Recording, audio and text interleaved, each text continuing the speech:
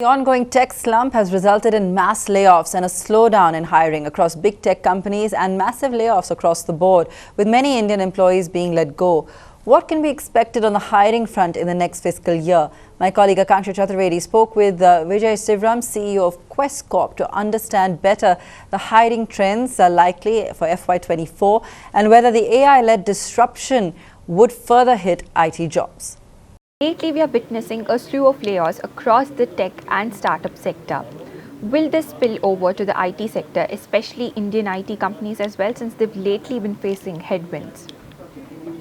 Well, I think great question to start off with. I think there will be headwinds, of course, within the IT sector as well. You must understand that the premise at which this is happening is caused by multi-fold reasons. One is, of course, this is a recessionary fear that's gripping the world. There's this inflated employee-led costs because of the surge in hiring that happened a couple of years ago. The funding winters that's not allowing the startups to really kick off the way it's supposed to. And also a lot of incubated projects not seeing the light of the day. So obviously there is that extra pressure that will come across, and India being the host of a large amount of tech talent will not be severed away. But what I can tell you is that a large part of these impacts may hit the developed markets more than what it would be for the Indian market. All right, sir. But what about BFSI and IT? Especially as we see, major IT companies in India have a lot of exposure to the banking crisis going on in the West. Is hiring going to slow down for BFSI verticals, or are we going to see layoffs in the time to come?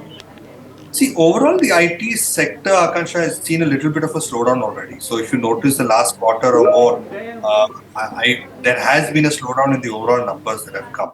So in terms of overall spend, definitely there will be a little bit of a little lesser spend from IT point of view from banking and financial services sector.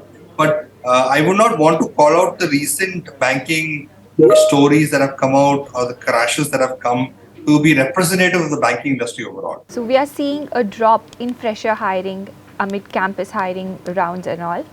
Is it because companies are focusing on mid-level talent via lateral hiring, or is there something else at play here? See, I think many of the times when we compare the fresher hiring and even to the fair amount of the lateral hiring as well, we compare it to last year. Now, last year, you must understand, Aakanksha, was an anomaly. It was a surge that was not seen in the years before. So when we compare it to last year, definitely you may see a dip. I think what organizations should review and what people should review is where the fresher hiring was at a pre-pandemic stage. So the last two and a half years has been a complete anomaly. There's been a COVID, which is completely deep dive in terms of hiring.